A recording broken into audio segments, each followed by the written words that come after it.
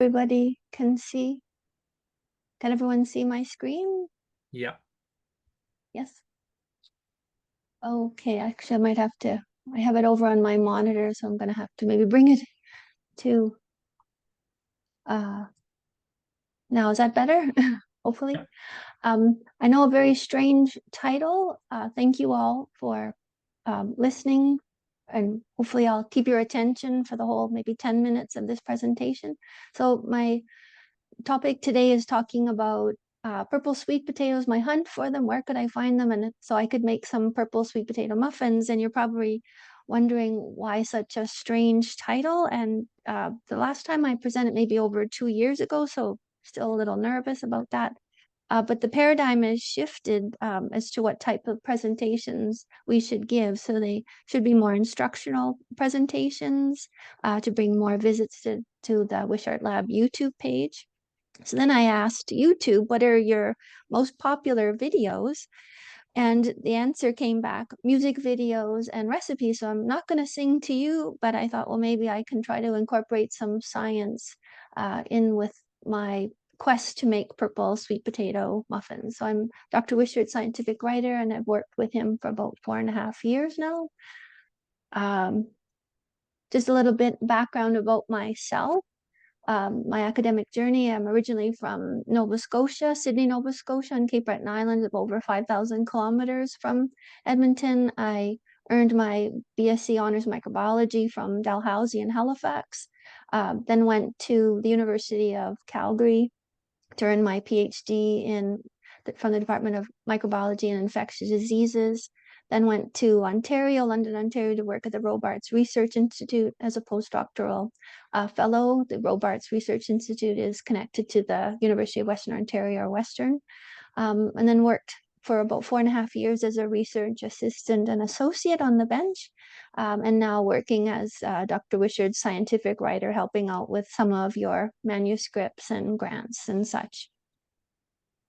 So one thing maybe some of you don't know about me is that I'm actually a Guinness World Record holder. The Guinness World Record was achieved in April of 2009 at the school my children attended at Cole Campbelltown. I had applied to Guinness so we could attempt the record. And actually, I'm the first to actually hold the largest game of tag. That's why you can see in the Guinness World Records book of 2011 a little red star indicating that this was the first time this record would ever achieved. It since has been beaten, unfortunately, by a large crowd in Osaka, Japan, 10,000 to our original 465 participants. There were only about 350 children in that school that year, so we had another 100 of teachers and families and such. It was quite fun. I actually had been in the news, but I never saw the clip. But it happened so fast. It happened in about 3 minutes. The game was done. But anyway, that was quite fun, and maybe um, something that is unique for me. So why my interest in sweet potatoes?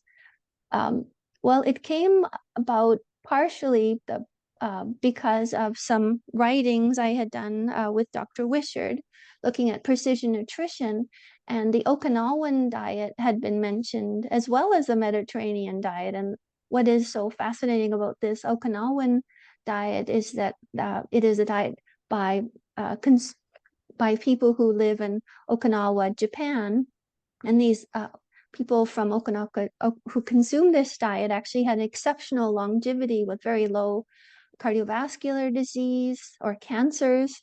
And actually, they consumed sweet potatoes. That is the principal part of the Okinawan diet, as well as some minor amounts of fish and vegetables and such. But the sweet potatoes was a huge part of the diet, 850 of a possible 1,200 grams. They made over a kilogram of food they might have consumed in a day, versus say what China is expecting as a daily requirement, maybe only 50 to 100 grams, or in the Philippines, where I think it's considered a poor man's food, the purple sweet potato, very little, 14.3 grams a day. So these Okinawan people had consumed the sweet potatoes as a large component of their diet. And I said had because after the World Wars, they switched from eating sweet potatoes to more processed rices and starches, no longer hold this exceptionally long longevity, unfortunately. So what about the nutritional composition of sweet potatoes? So I went to the Food DB and hoped I'd find purple sweet potatoes, but I was able to find both sweet potatoes and potatoes. And I just looked up some vitamins and minerals to show you that the sweet potato definitely is a powerhouse of nutrients. If you look, no surprise, it has a large amount of vitamin A and smaller amounts of vitamin C and some vitamin E. Sorry, they're all. And no surprise, there's the sweetness from sweet potatoes is largely coming from sucrose with some glucose and a smaller amount of fructose, and it has a large amount of dietary fiber when you compare it to just your regular potato. And minerals compared to regular potatoes, you'll see that they have a lot of potassium, like you would expect in a banana, calcium, phosphorus, sulfur, sodium. So they really do contain a large amount of nutrients in just one food. So purple sweet potatoes, however, are different in that they contain a large amount of polyphenol called anthocyanins, and there are actually 6 different subtypes of anthocyanins. Shown here are the subtypes, and those that are more prominent in purple sweet potatoes have been circled. They're not properly represented here because they normally are complexed to sugars, as is represented here. And the anthocyanins are prominent in a lot of foods you probably already eat: raspberries, blueberries, cherries, black soybeans if you eat those. And their colors are a result of what pH they are. So the red colors would be largely if it's an acidic environment, the purple, as in sweet potatoes, neutral, and the blue and alkaline or higher pHs. So one thing I was wondering is whether or not we could have a biomarker of intake of just specifically these anthocyanins. And I couldn't find one because I was just in a hurry trying to put all this together. But I thought possibly it could be hippuric acid in urine, since it is a polyphenol. It gets converted by your gut to benzoic acid, travels from the gut in circulation to the liver, where it gets complexed with glycine, and then you would excrete out the complex compound hippuric acid. And definitely people who have a lot of food which has high amount of anthocyanins have a high amount of hippuric acid in their urine for sure. And the anthocyanins have been shown to prominently contribute to better health, and some of the activities shown here and that are bolded, because it's a polyphenol, most likely the antioxidant, anti-inflammatory properties would be seen, because it is a polyphenol. And studies have been done just looking at large groups of Americans, dividing them into 4 groups by the amount of anthocyanins they consumed, and they saw a correlation with those that consumed higher amounts of anthocyanins with a reduced risk of cardiovascular disease and all-cause mortality. If you want more interest in pursuing information about some of the different types of protective mechanisms anthocyanins may bring, you're welcome to look at in biological activities of purple sweet potato anthocyanins. It's a recent review of 2023, just showing you some of the massive things it's busy doing to try to actually bring us good health. And one of the things that they're looking at is the nutritional components of sweet potato and what happens to the nutrient components when when sweet potatoes are processed. Like, say, if it is dried and prepared as a flour, and even just looking at the nutrition if it's made into candy, a muffin, or bread. And you'll see that an antioxidant scavenging activity is quite high, just even with the flour. It's a little higher than the raw purple sweet potato. And even if you were to look at it at the elements, iron and zinc, they're quite high in the raw foods, and even a smaller amount in the flours. When there was an examination of all the different anthocyanins in Chinese sweet potatoes, that is shown here in that has been highlighted in yellow, They are quite high, from 23 to 60 milligrams per 100 grams, high in selenium, high in dietary fiber. So then some people are proposing to use the flour and sweet potato in biscuits and such to help some of the undernourished populations, even toddlers that may not be great at eating. And here is from this publication showing the different preparations of cookies made with purple sweet potatoes and seaweed flour, different combinations. And the one that was favored for scent and taste was that prepared from the purple sweet potato. So as we learned from the previous slide, there certainly still is a lot of nutrition still remaining in the purple sweet potato flour. And it could be a way of helping populations that are undernourished, but maybe you'll have to change their mindset to thinking that a sweet potato may be more the poor man's food rather than the real powerhouse that it is. So why my interest in finding purple sweet potatoes to make purple sweet potato muffins? And it came from one of the television shows I like to watch called Project Bakeover, which the two of the hosts, Steve Hodge, who is a chef and a chocolate expert in preparing chocolate, and Tiffany Pratt, who is interior designer. They come and help bakeries that may be struggling to try to help them prepare foods that may change the traffic that comes into their shop so they can hopefully pay their bills and actually make some money. And this particular show featured a lady who was from the Philippines, and she had some Filipino foods in the bakery, and she had these they had this purple sweet potato cake, and I thought it was cool, and I wanted to try to make not necessarily a cake, but muffins with them. And I was very surprised to find that it's actually quite difficult to find purple sweet potatoes, at least where I shop.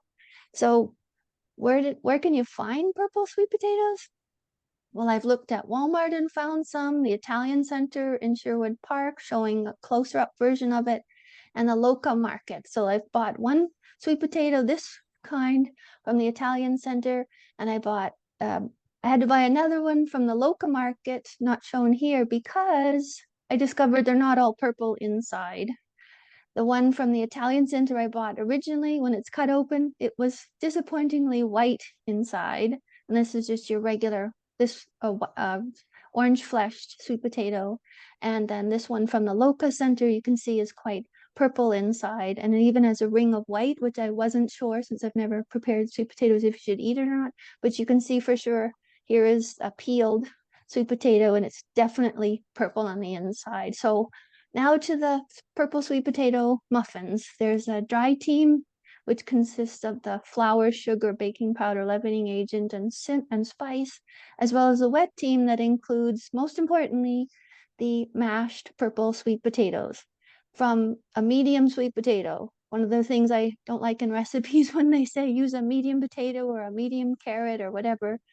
What does that mean? I prefer working in in weights, like I've put here, after I prepared the recipe, just 110 grams of the mashed sweet potatoes. So, oops, sorry. So preparing sweet potatoes, because this is something I have used and prepared orange flesh sweet potatoes, but not the purple ones. So I peeled them. I wasn't sure how far to peel them. Like I said, I removed all the white bits because I didn't know if I should have had them or not. Cut them up. You don't use a paring knife. You should use a stronger knife because it's actually quite a dense vegetable. Maybe next time I might wear gloves. It did turn my hands purple. Cover put the sweet potatoes in a pot with cold water, bring it to a boil, and boil with the lid offset. Boil for about 15 minutes, and you can tell they are prepared by piercing the sweet potato with a fork. If it does, normally it would bounce off because it's so thick and dense, but the fork should be able to go through it and break, indicating that the sweet potato is done. Drain it because you want to keep the liquid, and you can see how purple the liquid is. Mash it to a fine texture, not lumpy like this. I had to mash it a fair bit. And interesting, compared to sweet potatoes, it didn't taste as good as sweet potatoes cooked, and it was definitely drier. So then prepare the dry team. Sift all your dry ingredients together into a bowl, whisk them so they're all evenly mixed. Then assemble the wet team that included the canola oil, that liquid, maple syrup, vanilla. I added eggs and milk later. I'll have to try this recipe again because it was dry. And then the mashed sweet potatoes, you'll see it's lumpy, but then if you whisk it, it becomes smooth. So then add the wet team, add the dry team to the wet team. I've got that reversed in half allotment. So add half amount of the dry ingredients, mix to incorporate, and then add the remainder. Put them into lined muffin tins, bake at 400 degrees for about 15 minutes until the toothpick comes out. Then cool them for 5 minutes in the pan, and then remove the muffins to a rack to cool them completely. I cheated a little. I added white chocolate chips. So I was hoping to see a huge contrast between the white and the purple, but not quite. So in any case, the verdict, they actually were very tasty muffins. They were definitely mostly purple, but they weren't overly sweet. And my adult children tried them and they really liked them. And if you're not looking for an overly sweet muffin, this might be really something you might want to try. One of the things I encountered as a mother is that your children often aren't getting what they need in the foods they choose to eat. And so I had found this cookbook called The Sneaky Chef, trying to make different treats and such for them. And I think if this recipe had been in the cookbook, I probably would have made it for them because you definitely could not tell that that was a sweet potato, purple sweet potato. The other thing about recipes and such, and I don't know how you all choose recipes when you're looking for a particular recipe online. My frustration is that not necessarily all recipes out there have been tested. Some people may drop a recipe, but they haven't tried it to say it's a good recipe. And one of my favorite cookbooks is the American Test Kitchen, where in their cookbooks every recipe can be made exactly as written because they've been tested in the cooking labs and always are excellent. You can see the thumbnail sketch from this cookbook. And sadly, you can see some of my little recipe cards because I prefer to create a recipe, weigh everything out so I can just put it on a tiny card and make it with as few dirtying as few measuring utensils as possible. In any case, I'm at the end of my talk, and the 3 key messages I hope you will remember is that purple sweet potatoes are a nutrient powerhouse. The anthocyanins give the purple color to the sweet potatoes and are abundant in sweet potatoes. And purple sweet potatoes can add hidden tasty nutrition to muffins, cookies, and supplements for your nourished populations. Even there's thinking of creating supplements for cancer patients. So thank you for your attention.